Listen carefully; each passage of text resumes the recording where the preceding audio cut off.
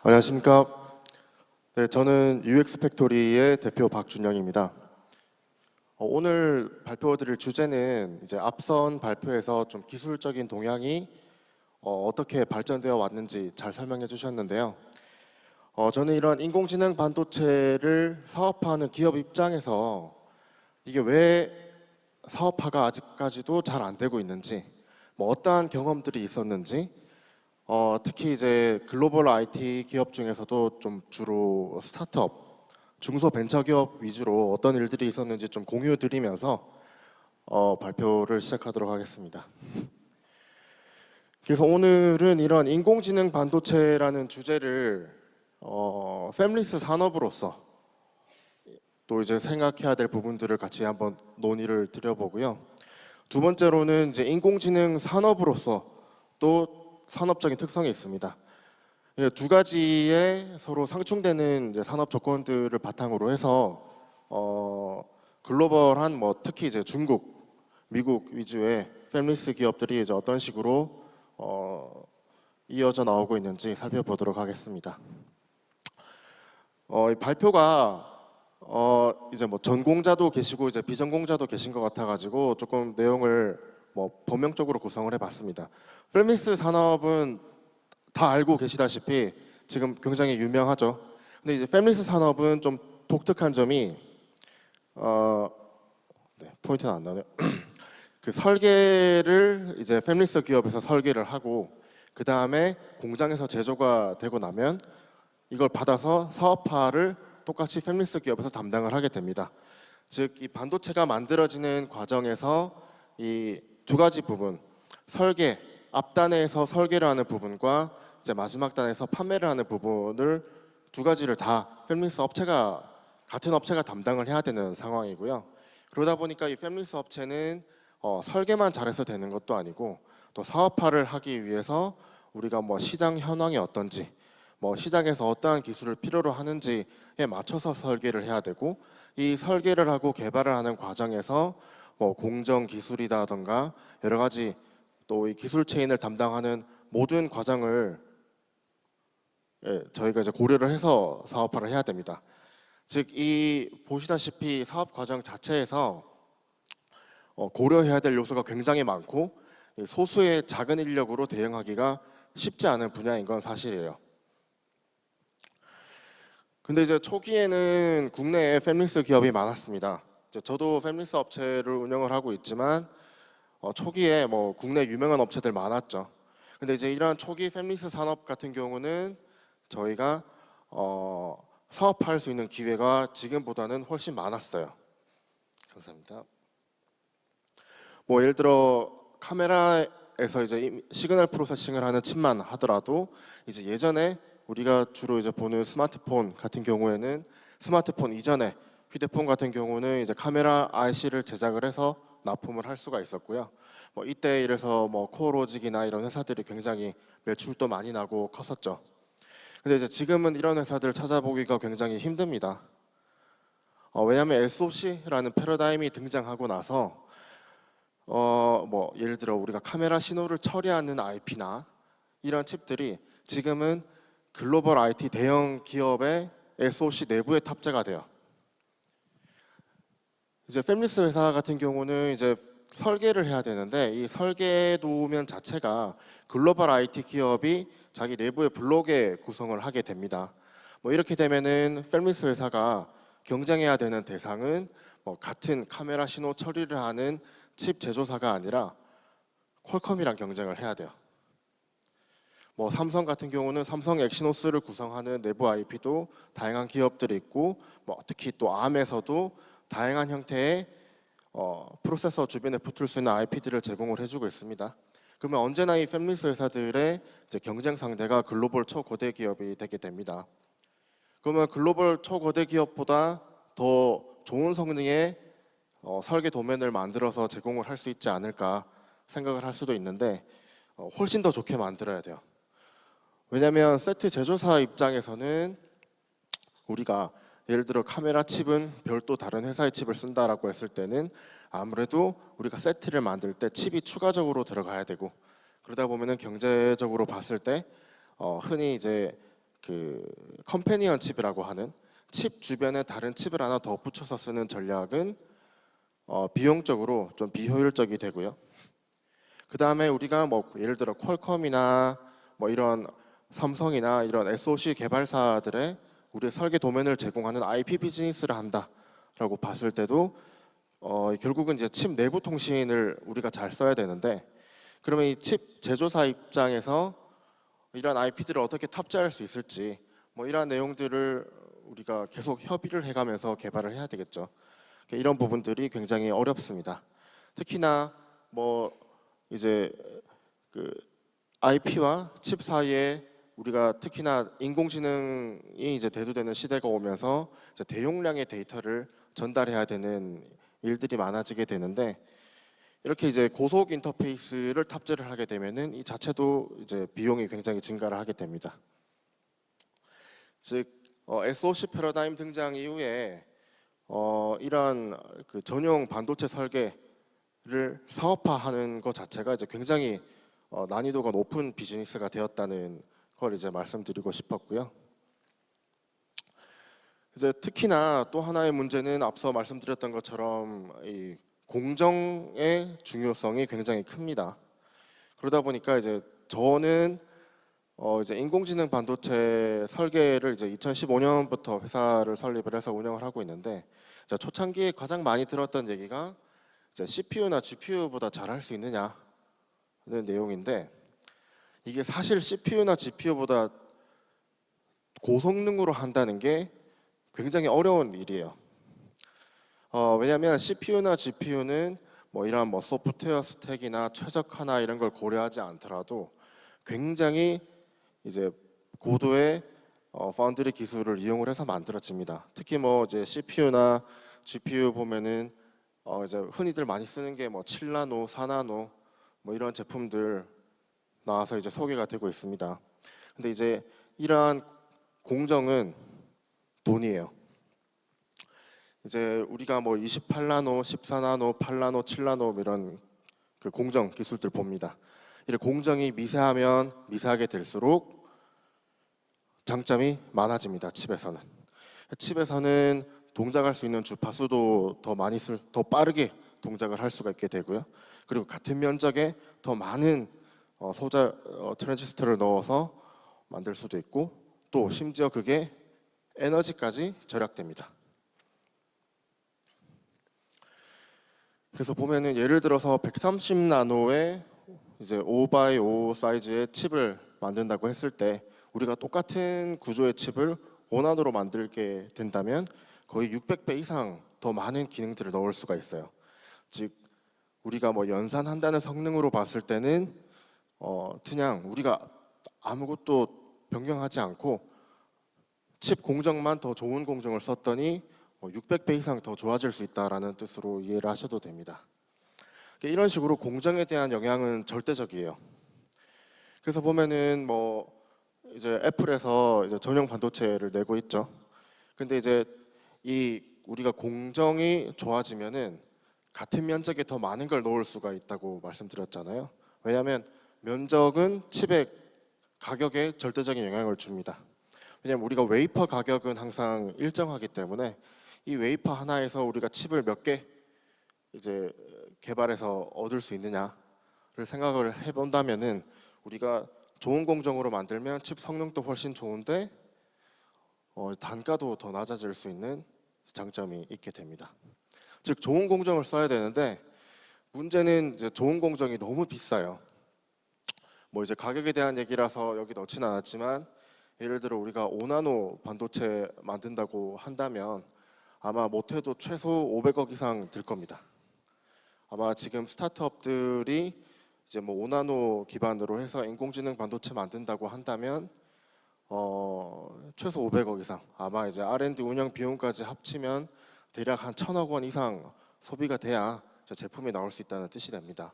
이전에 28나노 같은 경우에는 한 30억 원만 있어도 만들 수가 있거든요. 이런 식으로 우리가 공정이 좋으면 얼마나 좋은지는 알 수 있는데 이게 너무 비싼 거예요. 지금까지 제가 드린 말씀을 이제 들으시면 이게 돈도 엄청 많이 들고 이거 왜 그럼 전용 반도체를 만드는 게 이슈가 되냐라고 생각을 하실 수도 있는데 이게 그 공정 발전의 한계를 이제 최근에 계속 보고 있기 때문에 그렇습니다.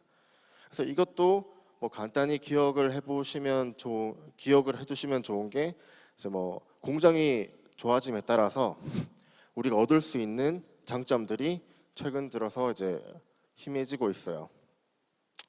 앞에서 몇 번 말씀드렸다시피 이제 공정이 개선이 되면 우리가 이제 구동할 수 있는 전압도 낮춰서 쓸 수 있고, 그러면 이제 그 단위 면적당 트랜지스터도 많이 넣을 수가 있게 되고요.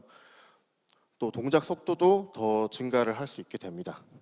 그래서 이제 무어의 법칙이라는 얘기를 많이 언론상에서 보셨을 것 같습니다. 그래서 18개월마다 집적도가 2배가 된다. 그리고 뭐 인텔에서도 한동안 뭐 틱톡 전략이라고 해서 아키텍처를 개선하면 그 다음 세대에서는 공정만 더 미세 공정으로 바꿔서 이제 성능을 계속 매 세대마다 올리는 형태의 전략들을 했었는데, 최근에 이게 잘 안 먹히고 있어요. 뭐 이런 해서 내용들이 많지만 그 핵심 이유를 말씀을 드리면, 이 130나노 이후에는 동작 전압이 별로 떨어지지가 않습니다. 그러니까 예전에는 공정이 개선되면 개선될수록 우리가 칩을 구동할 때 공급하는 전압도 같이 떨어졌어요. 그래서 우리가 이러한 이득을 누릴 수가 있었는데, 130나노 이후부터는 별로 동작 전압이 떨어지지가 않습니다. 그럼 이제 면적당 더 넣기가 어려워지기도 하고요. 이제 뭐 가장 큰 문제는, 어쨌든 우리가 이 반도체 칩은 트랜지스터가 스위치처럼 이제 동작을 해야 되고 전력이 공급이 돼야 되는데, 이게 동작 전압이 떨어지지가 않다 보니까 우리가 칩 안에 트랜지스터는 더 많이 넣더라도 이제 이거를 구동하려면은 전압을 오히려 단위 면적당 전력을 훨씬 더 많이 공급을 해줘야 되겠죠. 근데 이제 항상 이렇게 되면은 또 뭐 열이나 이런 문제들이 발생을 합니다. 즉 결론적으로 말씀드리면, 이 칩에 들어가 있는 트랜지스터를 전부 다 구동할 수가 없어요. 칩이 잘 동작을 하려면 이제 칩 안에 트랜지스터는 많이 들어가 있더라도 이게 항상 일부만 동작할 수 있다라는 이제 의미로 뭐 다크 실리콘 뭐 이런 식으로 해서 칩 안에 항상 꺼진 영역이 존재하는 이런 이제 한계 상황도 많이 화두가 됩니다. 즉 이러다 보니까 이제 예전에는 공정이 개선되면 개선될수록 압도적인 성능 차이가 발생하고, 좋은 공정은 돈을 굉장히 많이 들여야 되기 때문에 이제 글로벌 뭐 CPU, GPU 회사들, 이제 돈이 많은 회사들만 할 수가 있었는데, 지금은 이 공정 개선만으로는 이러한 효과를 이제 보기가 조금씩 더 어려워지고 있기 때문에, 이러한 글로벌 IT 기업들도 뭐 기존에 가지고 있는 뭐 CPU 아키텍처나 GPU 아키텍처를 그대로 대응하기가 어렵고, 이제 우리가 뭐 인공지능이 이제 지금 대두가 되고 있으니까 뭐 인공지능에 최적화된 형태 아키텍처 뭐 이런 형태로 기술 개발이 필요한 시점에 다가왔습니다. 그런 의미에서 이제 전 세계적으로 이런 전용 반도체에 대한 이슈가 이제 훨씬 증가를 하고 있는 거고요. 근데 뭐 그럼에도 불구하고 앞서 말씀드렸던 것처럼 공정이 공정이 이제 더 좋아짐에 따라서 반도체 성능은 굉장히 이제 의존적으로 되기 때문에, 지금 AI 반도체는 보면은 뭐 사실상 이제 대형 기업 제품들이 많이 화두가 됩니다. 뭐 테슬라에서도 자체적으로 NPU 만들어서 이제 칩에서 만들어서 자동차에 활용을 하고 있고요. 구글에서도 TPU 이용을 해서 만들고 있죠. 뭐 추가로 여기서 한 가지 더 말씀드리고 싶은 내용은, 이 AI 반도체라는 게 뭐 기존에 없던 구조가 새로운 형태로 뭐 AI를 아는 사람만 설계할 수 있는 반도체 구조다, 그렇지가 않습니다. AI 기능이라는 거는 기본적으로는 이제 뭐 컨볼루션이나 이러한 우리가 디지털 신호 처리에서 많이 활용하는 신호들인데, 이게 이제 연산량이 굉장히 많고 데이터가 많다는 거지, 뭐 기존의 CPU에서 할 수 없는 기능을 이 칩에서 할 수 있고 뭐 이런 게 아니에요. 그러다 보니까 이제 구조 자체도 대부분 다 비슷한 구조를 보면 확인하실 수가 있어요. 보면은 뭐 테슬라나 TPU나 뭐 아니면 초기에 MIT에서 나왔던 제품들 그 연구 결과들도 보면은 이러한 맥이라는 연산기가 있고 주변에 메모리가 이 연산기의 데이터를 어떻게 공급하는지에 대한 구조로 귀결이 될 수 있습니다.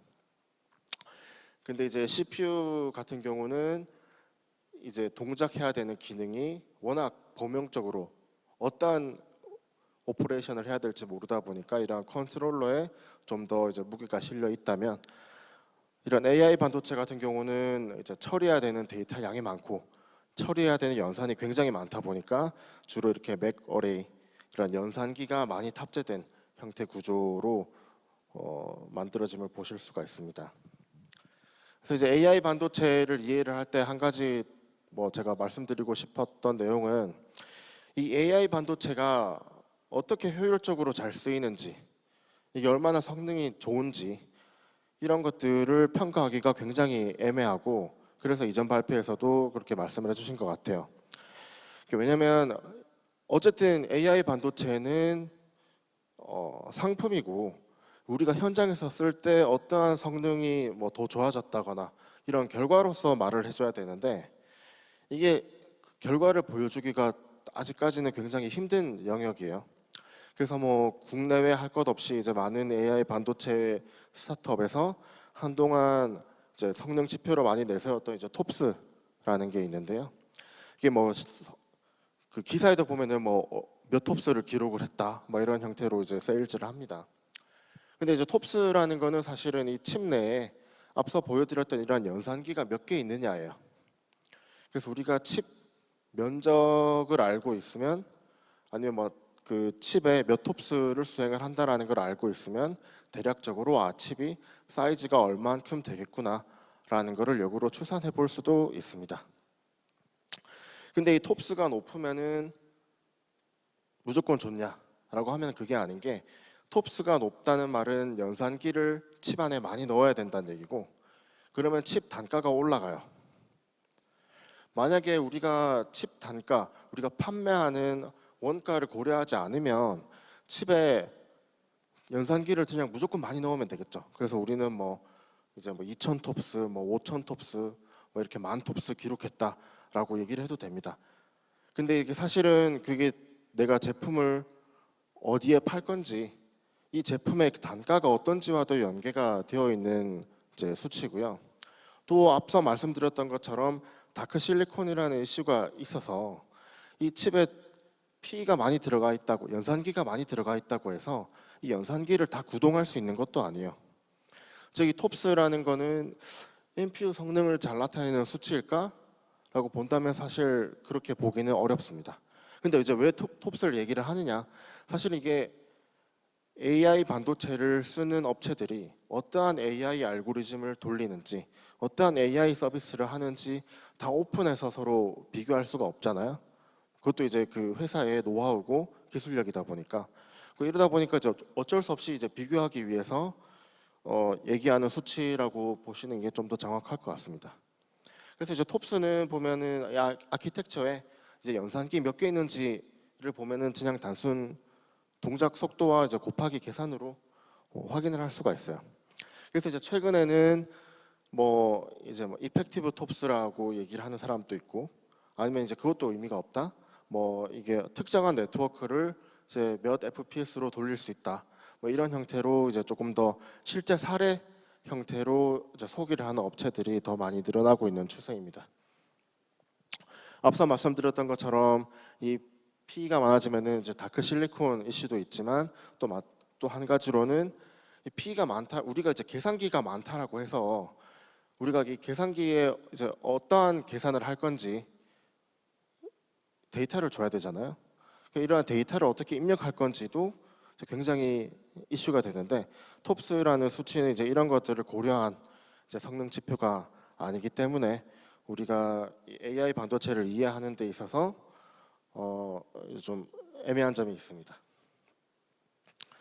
그리고 이 톱스에서 보면은 아까 말씀드렸던 것처럼 데이터를 어떻게 공급할지, 그러면 데이터는 메모리에 있는 것이기 때문에요. 그럼 이제 메모리가 굉장히 중요하게 됩니다. 그래서 이제 뭐 온칩 메모리를 굉장히 많이 탑재하게 되면은 성능이 더 좋더라. 뭐 이런 식으로 이제 구글 팀에서도 이제 발표를 하고 있고요. 뭐 이러다 보니까 최근에는 뭐 프로세싱의 메모리, 뭐 PIM이나 이런 다양한 형태로 메모리 얘기가 나오는 게 이러한 AI 반도체를 실제적으로 빨리 돌리기 위한 이제 기술 요소들이 더욱더 강조되고 있는 것 같습니다. 뭐 추가로 성능에 대해서 한 가지 더 말씀드리면 이제 MLPerf라는 얘기도 있어요. 이제 MLPerf는 그 사이트에 그 성적을 어떻게 받았는지가 다 공개가 되어 있습니다. 그래서 이제 뭐 누구나 MLPerf 들어가면은 그 스코어를 보실 수가 있어요. 근데 이제 MLPerf도 이제 들어가서 스코어를 보시면은 이제 생각하던 것과 조금 차이점이 있으실 수가 있습니다. 뭐 여러 글로벌 AI 반도체 회사들이 참여해서 서로의 점수 스코어링을 비교를 했다기보다는 우리가 인공지능 서비스, 인공지능을 개발하기 위해서 서버를 세팅할 때 어떤 형태로 서버를 세팅해야 성능이 더 좋게 나온다라는 식으로 해석을 하는 게 더 적합합니다. 그게 무슨 말이냐면은 여기 들어가서 한번 보시면은 이게 서버에서 CPU는 뭐 썼는지, 뭐 그 다음에 뭐 가속기는 어떻게 썼는지, 뭐 이러한 형태로 이제 좀 시스템적인 레벨에서 비교하는 벤치마크라고 보시면은 좀 더 이 MLPerf를 이해하시는데 도움이 될 수가 있습니다.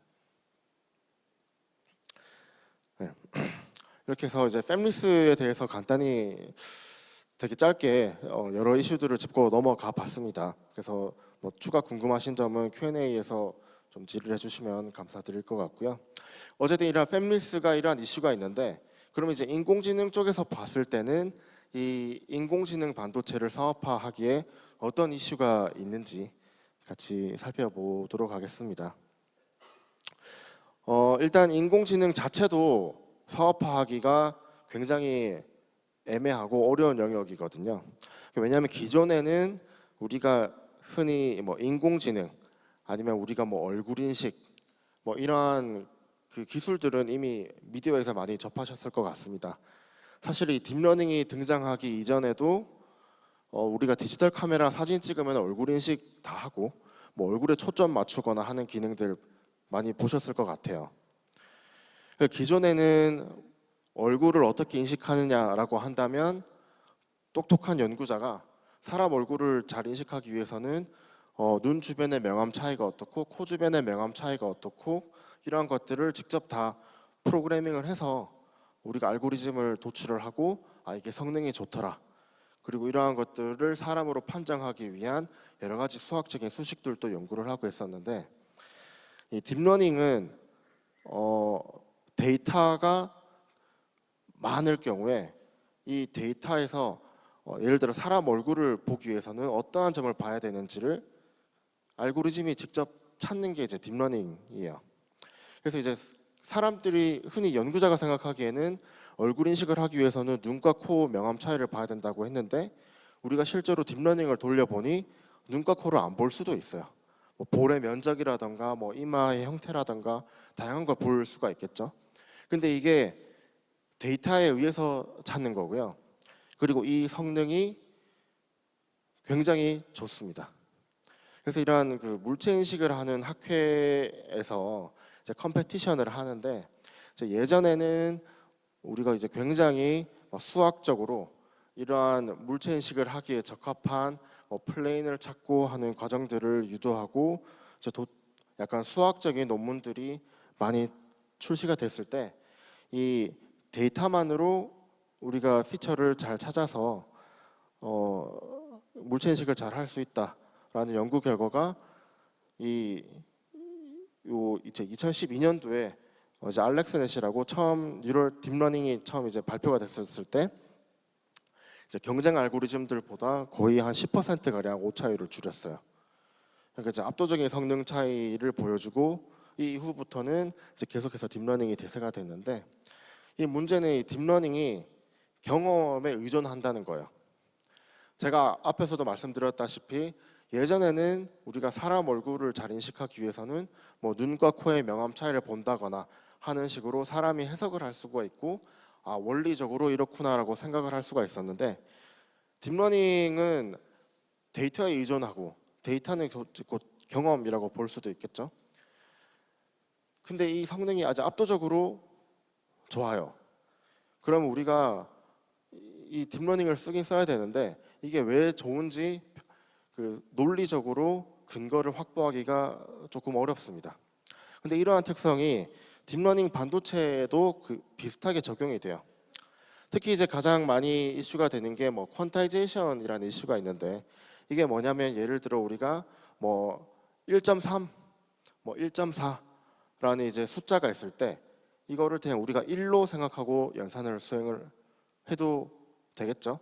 뭐 이런 식으로 우리가 이 컴퓨터에서는 이 소수점, 이 되게 정밀한 숫자를 나타내는 게 리소스가 굉장히 많이 드는데 딥러닝 같은 경우에는 이 숫자를 뭐 예를 들어 1.3 뭐 얼마를 그냥 1로 생각하고 연산을 해도 동작을 잘 하더라. 그래서 이제 이러한 퀀타이제이션을 적극적으로 도입을 하게 되는데 이 퀀타이제이션을 어떻게 하는 게 효과적이다라는 거는 단순히 경험적인 거예요. 그래서 보면은 우리가 뭐 인트 16이나 인트 8이나 인트 4 뭐 이런 그 데이터 타입들이 있습니다. 뭐냐면 우리가 컴퓨터에서는 숫자를 표현할 때 뭐 기본적으로 뭐 64빗 뭐 더블형 뭐 소수점 표현하거나 아니면 뭐 플롯 32빗을 하거나 뭐 이런 식으로 데이터를 표현을 하는데 이게 딥러닝에서는 인테저 그냥 정수형 처리를 해도 동작을 잘 하고 심지어 이거를 32빗이 아니라 16빗, 8빗, 4빗 뭐 이렇게 낮춰도 동작을 하더라라는 내용이에요. 근데 이 동작을 하더라라는 기준이 이렇게 낮춰서 해보니까 잘 되더라에 더 가깝습니다. 즉 어느 경우에나 이거를 적용할 수 있는 게 아니에요. 그러면 이러한 것들을 누가 얘기를 해서 설득력을 얻었냐 하면은 이제 구글에서 이런 퀀타이제이션에 대해서 화이트 페이퍼도 써서 공개를 해요. 우리가 이미지넷 챌린지를 할 때 8빗으로 퀀타이제이션을 했는데도 정확도가 유지가 되더라. 뭐 이런 얘기들을 합니다. 근데 사실 현업에서 그 인공지능 서비스를 제공하는 분들이 뭐 8빗으로 퀀타이제이션을 해서 서비스를 제공을 하느냐 확인해 보면 아니에요. 왜냐하면 구글에서 얘기한 이미지넷 챌린지 이 물체 인식을 정확도를 평가하는 플랫폼에서는 동작을 4빗으로 낮춰도 하고 했었는데 뭐 예를 들어 우리가 슈퍼 레졸루션 하는 뭐 삼성 DTV에서도 하고 뭐 국내외 여러 회사들의 이제 TV 사업부에서도 딥러닝 기반의 슈퍼 레졸루션이 많이 들어갔죠. 뭐 이런 곳에서는 8빗으로 하면은 텍스처가 깨져서 이제 보기 어려운 영상이 많이 나옵니다. 그래서 뭐 이렇게 화이트 페이퍼 형태로 뭐 내거나 발표하지 않았지만 사실 뭐 18년도에 이미 업계에서 뭐 슈퍼 레졸루션 하는 뭐 TV 쪽 사업부는 뭐 12빗 이상은 확보가 돼야 성능이 되더라. 뭐 이런 형태로 얘기를 해요. 근데 이게 그렇다고 해서도 우리가 강하게 그러면은 딥러닝 퀀타이제이션은 12빗이 보장이 돼야 된다라고 해석을 할 수가 없는 게 내가 해본 데서는 이랬었는데 딴 데서는 또 다를 수가 있다는 거예요. 이게 이 인공지능 쪽이 이 경험이 굉장히 이제 중요한 요소가 되는데 이렇다 보니까 우리가 어느 하나의 그 통일된 폴리시로 기술들을 이해하기가 굉장히 더 어려워집니다. 결국은 우리가 인공지능을 직접 사용해보고 현장에서 적용해보고 마찬가지로 인공지능 반도체도 현장에서 직접 사업화를 해본 플레이어가 내는 목소리가 굉장히 중요한 영역이 됩니다. 이 두 가지를 다 할 수 있는 업체가 이제 가깝게는 이제 구글이 있죠. 물론 이제 테슬라 같은 경우도 지금 하고 있지만 아무래도 이제 구글에서 발표하는 자료들이 굉장히 많아서 더 접근하기가 용이합니다. 구글 같은 경우에는 예를 들어 이제 TPU 예전에 나왔던 버전 같은 경우에는 우리가 흔히 얘기하는 뭐 컨볼루셔널 뉴럴 네트워크 여기에서는 우리가 이제 그 데이터가 디펜던시가 없는 영역이 존재를 해서 이 메모리 뱅크를 두 개로 만들면은 이제 속도를 많이 올릴 수가 있어요. CPU와 차이되는. 특성으로. 근데 이제 이 이후에 우리가 뭐 트레이닝도 해야 되고 또 이제 최근에는 뭐 트랜스포머나 이런 다양한 좀 더 이제 시퀀셜한 로직들이 들어가는 이제 태스크가 많이 우리가 대두가 되면서 사실 구조를 보면은 우리가 메모리가 많이 들어가 있다 뿐이지 그렇게 CPU나 GPU와 크게 차이 나는 구조가 아니게 됩니다. 근데 이제 이러한 구조로 가는 이유, 그리고 뭐 기존에는 이제 뭐 구글에서도 이제 인테저 얘기를 하다가 뭐 이제 브레인 포맷을 새로 이제 얘기를 한다거나 뭐 이러한 판단의 디시전들이 대부분은 내가 사업화를 해보니까 뭐 이런 게 중요하더라라는 약간 경험적인 이제 결과로 판단을 하시기가 좋습니다. 그래서 이제 구글에서 이러한 TPU 관련해서도 페이퍼를 쓰는데 보면은 그 막상 이제 읽어보시면 그렇게 어렵지는 않아요. 왜냐하면 이게 구글에서도 어떠한 티어리를 통해서 뭐 어떠한 수식 전개를 통해서 이러한 아키텍처가 나왔다라기보다는 우리가 운영해 보니까 이렇더라라는 내용이고요. 자기들이 실제로 사업화에 해봤었는데 이런 결과가 나온 거에 대해서 우리가 뭐 비판을 하기가 어려워요. 왜냐하면 안 해본 사람들이 얘기하기가 굉장히 어렵습니다. 그래서 이제 TPU에서 이제 구글에서는 여기 하단에 있는 이름으로 이제 페이퍼도 하나 썼어요. 우리가 TPU를 만들면서 얻었던 뭐 10가지 교훈들을 통해서 우리가 TPU 이제 V4를 만들었다 하면서 이제 이런 내용들도 하는데 이것도 읽어보시면은 이 인공지능 반도체 업계를 이해하는 데 도움이 굉장히 많이 되고요. 이제 뭐 그래서 이제 비교적 최근에 세일즈하는 업체들이 이러한 내용들을 또 키워드 삼아서 많이 활용도 하시는 것 같습니다. 뭐 여기 내용들을 간단히 이제 공유를 드리고자 합니다. 보면은 이제 구글에서 또 얘기하는 것 중에 하나는 뭐 공정 이득은 이제 메모리에서 효과적으로 발생을 하지가 않아서 우리가 공정을 개선함에 따라서 얻을 수 있는 이득이 제약되는데 인공지능 반도체는 메모리가 굉장히 많이 들어가는 반도체예요. 이전에 없던 규모의 메모리 면적을 차지하는 반도체고 아마 칩 면적들 보면 거의 한 절반을 메모리에 할당하는 칩들도 많이 볼 수가 있습니다. 이런 형태로 되다 보니까 이제 전용의 특별한 메모리 기술이 필요하게 됩니다. 뭐 이러한 요소는 사실 많이들 알고 있는 요소였고 초창기에 인공지능 반도체 벤처 기업들이 이 파운드리의 메모리 기술과 자기가 할 수 있는 설계 기술을 혼용해서 좀 많이 활용을 했던 이력이 있는데 뒤에서도 조금 더 설명을 드리겠습니다. 그 다음에는 이제 뭐 많이들 아시는 이제 두 번째 단락으로 나오는 내용이 이제 뭐 컴파일러가 중요하다, 즉 소프트웨어가 중요하다라는 겁니다.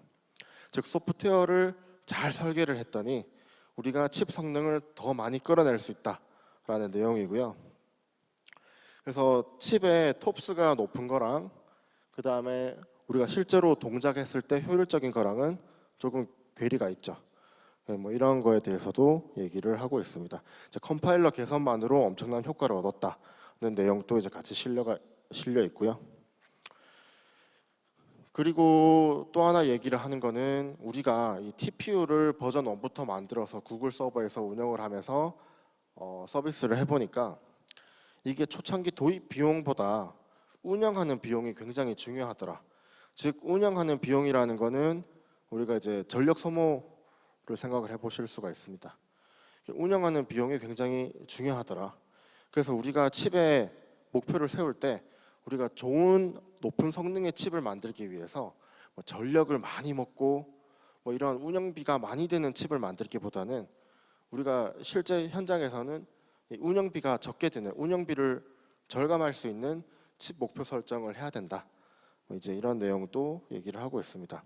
즉 이 말은 이제 V4에 있어서는 이제 운영상의 이제 효율성을 가져갔다는 얘기가 되겠죠. 그리고 마찬가지로 이제 인공지능은 우리가 이제 이미 많은 알고리즘이 나오고 프레임워크 기반으로 개발을 한 지가 이제 좀 시간이 많이 흘렀죠. 이런 호환성을 다 갖출 수 있어야 된다는 내용입니다. 즉 구글에서는 TPU를 만들어서 TPU가 성능이 이렇게 좋더라라고 해서 자사 엔지니어들한테 쓰라고 강요를 해도 대부분이 안 쓴대요. 너무 불편하다고. 자기가 소프트웨어 개발을 해오던 이 환경을 떠나서 쓰기가 어렵다는 거예요.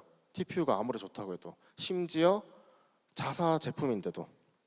즉 이게 시사하는 바는 좀 크죠. 왜냐하면 심지어 자사 제품도 소프트웨어 개발자들이 이렇게 안 쓰려고 하는데 타사 제품일 경우에는 더 쓰기가 어렵다고 이제 생각이 됩니다. 그래서 이제 이러한 부분들에 대해서도 우리가 반도체를 단순히 성능 좋은 반도체를 제공을 했다 해서 이제 끝나는 문제가 아니라 소프트웨어 개발자들이 기존에 개발해왔던 프레임워크나 이런 플랫폼들을 그대로 쓸 수 있도록 같이 이제 제공을 해줄 수 있어야 된다는 내용입니다. 그다음 마찬가지로는 이제 우리가 실제 서비스를 탑재해서 운영을 할 때 뭐 우리 고성능 PC도 보면은 뭐 순행식 쿨러 뭐 이런 거 많이 있습니다. 근데 이러한 순행 쿨러를 적용을 해보니 운영비가 무지막지하게 증가하고 굉장히 비효율적이더라. 아무리 서버용이라고 하지만 이제 공랭식 쿨러로 우리가 열을 식힐 수 있는 형태의 TDP 목표 설정을 해야 된다. 뭐 이런 내용들을 합니다. 지금 제가 여기 말씀드리는 내용들이 그 구글에서 발표한 논문에 있는 페이퍼에 있는 내용이에요. 근데 별로 그렇게 기술적이진 않습니다. 그죠? 이런 식으로 우리가 운영을 하면서 이 인공지능 반도체를 어떻게 만들어야 되는지에 대한 노하우를 공유를 하고 있는데요. 여기에서도 한 가지 나오는 게 이 퀀타이제이션 같은 경우에는 기존에는 뭐 8빗, 4빗으로 퀀타이제이션 해도 어디든 다 대응을 할 수 있다라고 사람들이 얘기를 많이 했고 그 근거로 이제 보통 이제 구글에서 이제 리서치를 했던 화이트 페이퍼를 많이 제시를 했었는데요.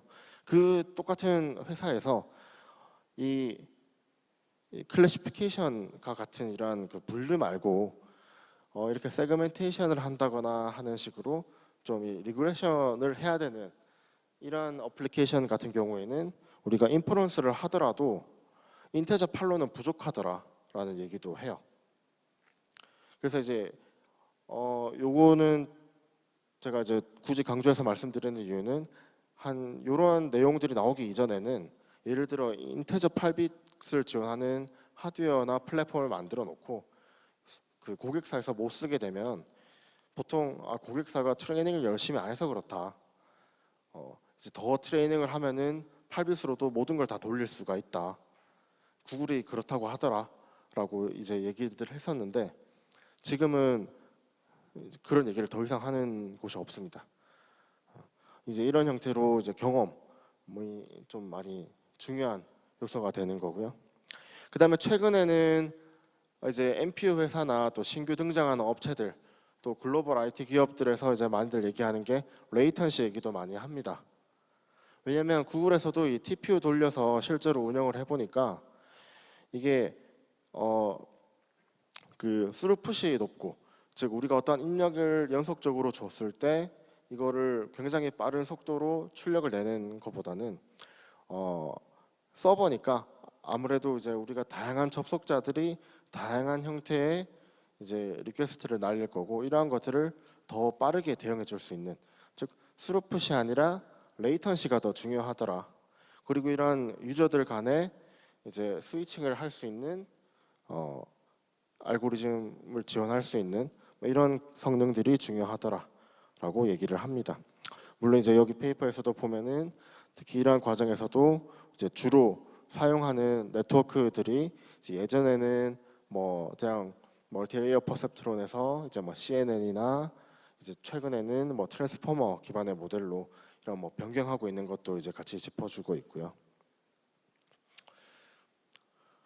자, 그래서 이제 제가 말씀드리고 싶은 거는 뭐 최근에 보면은 이제 레이턴시가 이제 줄일 수 있다라는 이슈로 뭐 데이터 센터용 반도체 얘기하는 회사들이 이제 점차 많이 있죠.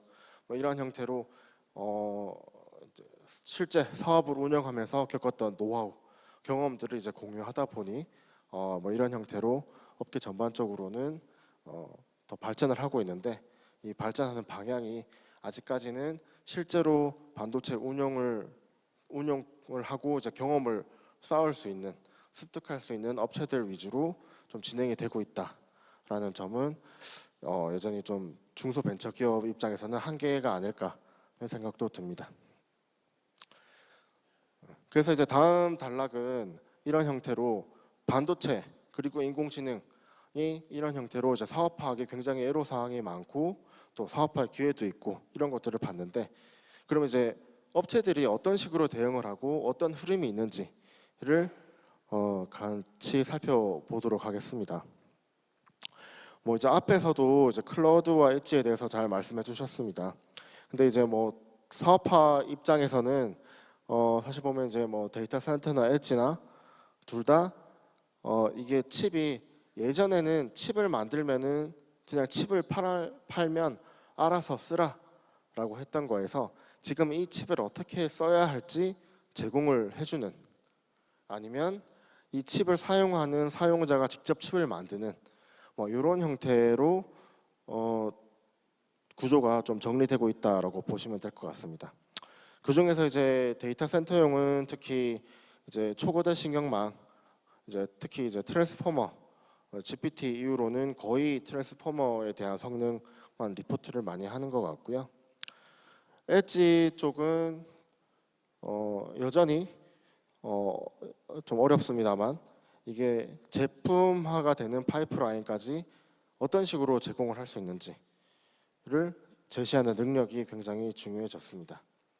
사실 요 얘기를 할 때 저는 이제 중국 회사 사례들을 보면은 도움이 많이 된다고 생각을 합니다. 왜냐면 중국 같은 경우에는 우리나라보다 대형 투자가 한 5년 정도 먼저 일찍 시작이 됐고, 그 말은 결과도 더 빨리 나오고 있어요. 그 결과라는 거는 무조건 성공했다라는 게 아니라 투자가 실패했다거나 뭐 망했다거나 아니면은 이제 사업 모델을 피보팅했다거나 하는 형태의 결과들을 많이 볼 수가 있고 우리가 교훈을 많이 얻을 수가 있는 것 같습니다. 그 캠브리콘이라는 회사는 그 우리나라에서 한 2015년, 16년도에 그 지능형 반도체 기획을 하고 어떤 형태로 뭐 이제 투자를 하고 사업을 이끌어야 되냐라고 얘기할 때 항상 회자되던 기업이었어요. 지금은 우리가 뭐 인공지능 반도체 회사 하면 국내에도 많이 있고 해외 기업도 얘기를 하지만 이 당시에는 이제 캠브리콘이 대표적인 사례였고요. 왜냐하면 이제 정부에서도 중국 정부에서 굉장히 많이 밀어줬던 회사입니다. 이 캠브리콘은 뭐 중국 정부에서 그냥 막무가내로 민 건 아니고 실제로 이제 찾아보시면은 2014년도에 이제 국제학회에서 이 NPU 아키텍처에 관련해서 논문도 쓰고 굉장히 유명한 회사였어요. 특히나 이 논문을 쓰고 발표를 하고 했던 이제 주요 창업자들 중에 이제 CTO는 다 이제 중국 과학원 출신의 이제 엔지니어고요. 그러다 보니까 이제 중국 입장에서는 이러한 논문 실적도 화려하고 또 중국 토종 이제 출신이다 보니 뭐 중국 출신의 뭐 천재 과학자가 만들었다 이런 형태로 대대적인 투자와 홍보를 합니다. 실제로도 수천억 원 이상을 투자를 해서 회사를 만들었고요. 근데 이 회사 같은 경우는 그래서 이제 화웨이 스마트폰 AP에도 탑재가 됩니다. 만약에 우리나라에서 삼성 엑시노스 NPU로 탑재된 인공지능 회사가 나타났다 하면은 그야말로 엄청난 인기를 끌겠죠. 근데 이 화웨이 양산용 스마트폰 AP 탑재가 된 게 한 세대로 끝이 나요. 그래도 이제 중국 정부에서 이제 지원을 하는 회사이기도 하고 이제 상장을 해서 이제 새로운 돌파구를 마련합니다. 뭐 지금까지 보시면은 논문 발표 실적도 화려하고 실제 양산용 스마트폰에 IP 탑재도 했고 상장까지 하고 굉장히 잘 나갈 것 같은 회사인데 지금 보면은 거의 회사가 망하기 일부 직전이에요. 작년 한 해만 순손실이 2천억이 넘습니다. 이 회사가 이제 왜 이렇게 됐냐라고 한다면 이 인공지능 반도체가 이제 개발비는 무지막지하게 드는데 이 캠브리콘이 얘기하는 인공지능 반도체는 어디든 쓸 수 있는 범용 인공지능 반도체를 얘기를 많이 해요. 지금도 그렇게 얘기를 하고 있고 근데 이제 어디든 쓸 수 있다라는 말이 이제 굉장히 함정이 있는 게, 인공지능이 우리가 인공지능은 뭐 지금 보면 채팅 서비스도 쓰고 자동차 자율주행에도 쓰고 어디든 다 쓸 수 있다라고 생각을 하는데, 실제로 보면은 쓰이는 분야마다 그 인공지능 알고리즘도 굉장히 다양합니다. 다 같은 인공지능이 아니고요. 마찬가지로 반도체도 이 적용하는 영역마다 굉장히 다양한데, 지금 캠브리콘에서는 우리가 그 옛날에 인텔 CPU 같은 거 생각을 하듯이 이제 굉장히 범용적인 NPU 구조를 잘 만들어 놓으면 어디든 쓸 수 있다라고 제공을 하다 보니까 이제 회사가 여전히 어려운 상태고, 보면 뭐 최근에 이제 유성증자도 해서 회사를 유지를 계속 하고 있는데 어렵죠. 왜냐하면 여전히 엣지 클라우드 반도체라는 키워드를 밀고 있습니다. 이 타겟은 뭐냐면 우리가 어디든 쓸 수 있는 반도체를 만들겠다는 게 캠브리콘의 목표예요. 물론 이제 회사가 아직 폐업을 하거나 한 건 아니에요. 또 정부 조달 프로젝트도 여전히 유지가 되고 있고. 근데 이제 이러한 접근법이 일단 현재 상태로 봤을 때는 엄청난 손실을 기록 중이고, 이게 앞으로도 유지 가능하고 회사가 어떻게 성장할지는 지켜봐야 될 것 같습니다. 이에 약간 반대되는 사례가 이제 호라이즌 로보틱스라는 회사가 있어요.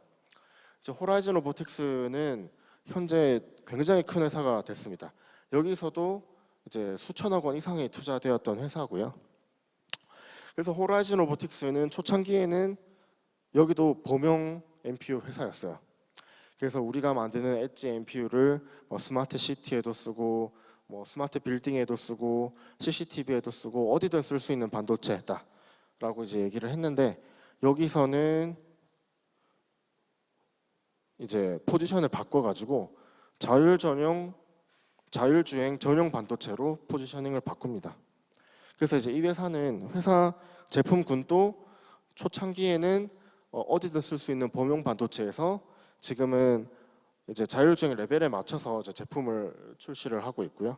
또 반도체만 만드는 게 아니라 보면 뭐 상하이 자동차랑 공동 연구 개발 센터도 짓고, 또 자율주행 소프트웨어도 적극적으로 지원해서 풀스택을 서비스 제공을 하고 있고요. 또 이제 자동차에 들어가는 센서 인터페이스들도 만들어서 이제 로보틱스 쪽에도 플랫폼 보드를 제공을 하고 있고, 즉 자율주행에 관련한 기술 스킬을 전부 다 제공하고 있는 회사예요. 이제 더 이상 이 회사는 우리 인공지능 기술이 어떻다라고 얘기를 잘 안 해요. 그래서 이 회사 자료도 보면은 차이가 나는 게, 처음에 이제 호라이즌 로보틱스 처음에 칩 나왔을 때는 중간에 BPU만 있어서 이제 이름을 이제 브레인 프로세싱 유닛이라고 해서 크게 얘기를 했었는데, 요즘에는 브레인 프로세싱 유닛은 그냥 하나의 블록이고, 보면 자율주행을 위한 뭐 컴퓨터 비전 엔진이라던가 뭐 또 자율주행에 쓸 수 있도록 ISP가 이제 뭐 듀얼 코어로 해서 다채널을 지원하는 등 뭐 이런 형태로 이제 자율주행 반도체로 쓰기 위한 여러 가지 기술들 위주로 재편되고 있습니다. 비슷한 사례는 이제 뭐 헤일로도 보실 수가 있습니다. 이제 헤일로 같은 경우는 뭐 워낙 유명한 업체라서 뭐 잘 아실 것 같고요. 이제 이스라엘에서 시작한 회사하고 칩 만들어서 국내에도 이제 세일즈 많이 하시고 있는 걸로 알고 있습니다. 그리고 완성도 높게 칩을 잘 만들었고요. 근데 이제 이 칩 같은 경우도 보면은 우리가 이제 AI를 고성능으로 잘 지원하면 엄청난 사업화 기회가 열리고 잘 팔릴 것 같은데, 실제로 그렇지는 않은 것 같아요. 왜냐하면 이 칩 보면은 헤일로 8이라는 칩, 그냥 이제 인터넷에서 볼 수 있는 블록 다이어그램 2개 가져왔는데요. 뭐 물론 헤일로에서 이렇게 얘기를 하지 않지만 제가 판단했을 때는 이제 헤일로 8 같은 경우는 NPU 코어도 26톱스로 굉장히 고성능입니다. 엣지 NPU로. 또 이제 완성도 있는 제품들도 많이 이제 카드도 만들었고, 그래서 보면은 뭐 D램도 쓰지 않고 이런 식으로 굉장히 기술적인 제품을 만들어냈는데요. 이 사실 26톱스 쓰려면 이 인터페이스 그냥 PCI M.2로 꽂아야 되거든요. 근데 우리가 엣지라고 하면 뭐 CCTV 뭐 굉장히 여러 가지 디바이스들을 생각을 할 텐데, 그런 디바이스들에 전부 다 이런 고속 인터페이스가 달려 있지는 않아요. 그래서 사실 이 칩을 쓰려면은 그 CCTV가 이렇게 붙여져 있는 AI 박스라고 하는 새로운 형태의 타입의 디바이스에 쓰는 방법밖에 없습니다. 그러다 보니까 이제 성능은 좋은데 사실 활용하기는 어려운 칩이 되고요. 뭐 이거 제 추측입니다. 그렇기 때문에 헤일로 15 이제 새로 나오는 칩 같은 경우는 헤일로 8에서는 우리 26톱 쓰고 뭐 D램 안 써도 동작할 수 있고 여러 가지 기술 얘기를 하다가 15에서 보면은 인터페이스도 USB도 더 들어가고요. LPDDR도 들어가고 ISP도 채널을 더 늘려서 넣고 DSP도 넣고 약간 SoC에 가까운 타입이 돼요. 즉 뭐 헤일로라는 업체에서도 이 사업화 경험을 하면서 이런 형태로 우리가 주변 인터페이스나 이제 기술 요소들을 갖추는 게 사업화에 훨씬 더 유리하고 우리가 필요한 방향이다라고 판단을 했던 것 같습니다. 그래서 앞에서 이제 기술 차별화 요소에서 뭐 메모리 얘기를 잠깐 드렸었는데 물론 이제 잘 살펴봐야 되는 게 그 어느 회사에서는 인공지능 반도체 회사가 우리가 뭐 어떤 특정한 메모리 기술을 통해서 아주 혁신적인 칩을 만들어냈다라고 홍보하는 회사들도 많았습니다.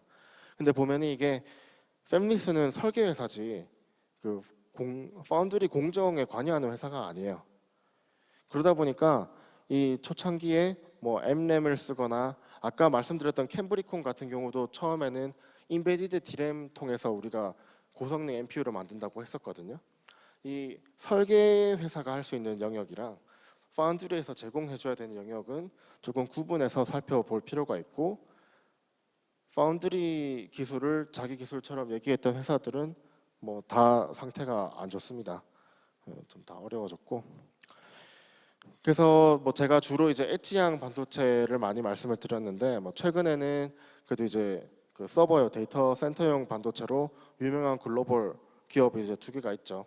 뭐 삼바노바나 뭐 이제 그래프코 같은 회사들이 있는데 이 회사들 보면은 이 기술적인 내용은 굉장히 복잡한데 결국은 이 회사들도 이 칩을 잘 만들어서 칩만 제공을 하는 게 아니고 그 홈페이지 보시면은 이 서버까지 만들어서 제공을 해요. 즉 엣지나 클라우드나 가리지 않고 이 우리가 최종 제품까지 고객에게 제공을 해줘서 고객이 잘 쓸 수 있도록 해줘야 됩니다.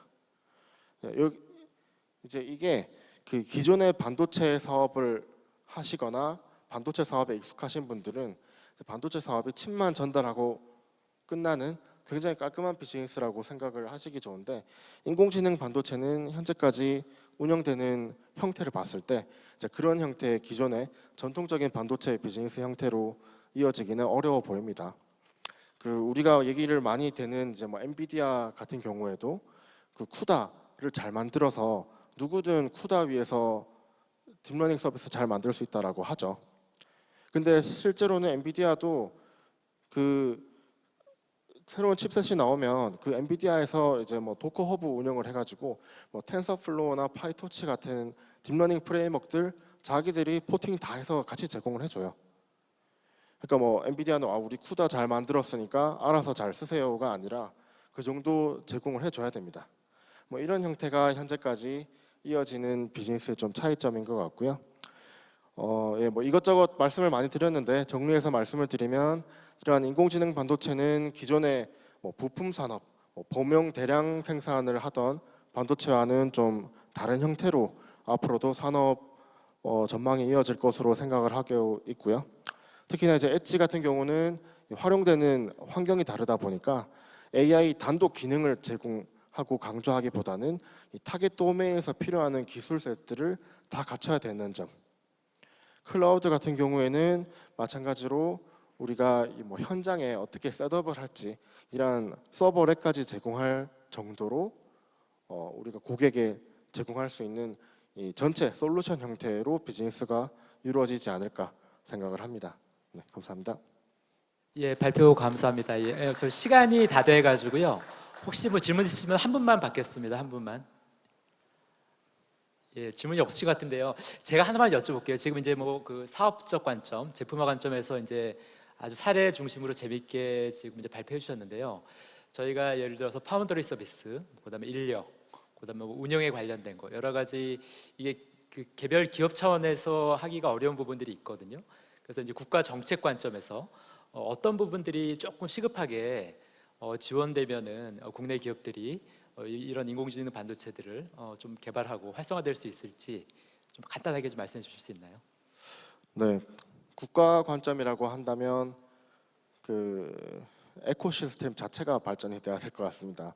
보시면은 인공지능 반도체는 잘 쓰려면 메모리 기술, 또 고속 인터페이스 기술 등이 다 수반이 돼야 이 고성능 반도체를 만들 수가 있는데, 뭐 주로 투자나 정부에서 지원하는 정책이 뭐 세계 최고의 인공지능 가속기 기술 뭐 이런 형태로 이제 한정되다 보면 사실 주변 요소 기술들을 다 외산 IP를 사와야 되거든요.